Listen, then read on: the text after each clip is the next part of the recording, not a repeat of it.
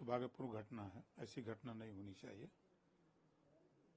और उत्तर प्रदेश में योगी आदित्यनाथ जी की सरकार है, कानून का राज है, कोई भी गलत करेगा उसके खिलाफ कार्रवाई होगी। और किसी को भी कितने ही पहुंच रखता हो, चाहे वो मिनी मुख्यमंत्री रहा हो, कहा जाता रहा हो, चाहे वो अपने को अफलातून हो, कानून अपना काम करेगा, उसके खिलाफ कार्रवाई होगी। क्या वजह है सर, सपा में ही इस तरह के प्रकरण ये लगातार सामने आ रहे हैं? पहले अयोध्या में सेम प्रकरण, अब कन्नौज में सेम प्रकरण। अब तो ये बात सपा के नेताओं से पूछिए कि भाई सपाइया क्यों आ रहे हैं।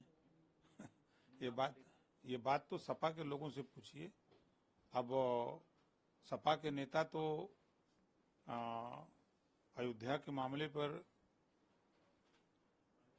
नार्को टेस्ट कह रहे थे कराने के लिए ना, तो यहाँ डीएनए टेस्ट कराने तो यूं थे करा लें, यहाँ भी डीएनए टेस्ट करा लें। कोई भी इस तरह की हरकत करेगा उसके खिलाफ कार्रवाई होगी, छोड़ा नहीं जाएगा। ये जो सपा नेता की गिरफ्तारी हुई है नाबालिग से रेप के प्रयास के आरोप में, इस पर क्या कहना चाहिए? देखो, मैंने पुलिस अधीक्षक की वाइट देखी थी, तो उसमें उन्होंने जैसा बताया कि समाजवादी पार्टी के नेता के द्वारा उनके कॉलेज में और एक नाबालिग को नौकरी के नाम पर बुलाकर और उसके साथ रेप करने का प्रयास करना और आपत्तिजनक हालत में पुलिस के द्वारा पकड़े जाना यह बेहद निंदनीय है और समाजवादी पार्टी के चरित्र को भी ये दिखाती है, क्योंकि सभी लोग जानते हैं कि उक्त नेता श्रीमती डिंपल यादव जब यहाँ से सांसद रही तो उनका प्रतिनिधि भी था। उससे पूर्व में भी अखिलेश यादव से किस प्रकार के करीबी चर्चा थे कि उनको मतलब मिनी मुख्यमंत्री तक भी कहा जाता था।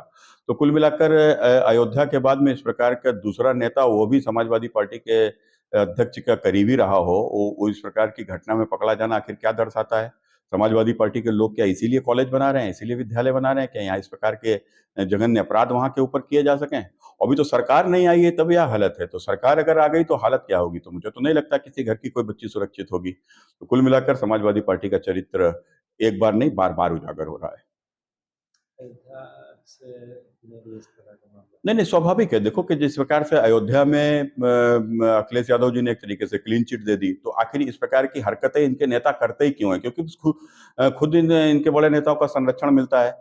पूर्व में जो समाजवादी पार्टी के संस्थापक कहा करते थे लड़के हैं लड़कों से गलती हो जाती है, और आज समाजवादी पार्टी के जो अध्यक्ष हैं वो कह रहे हैं कि बुजुर्गों से गलती हो जाती है।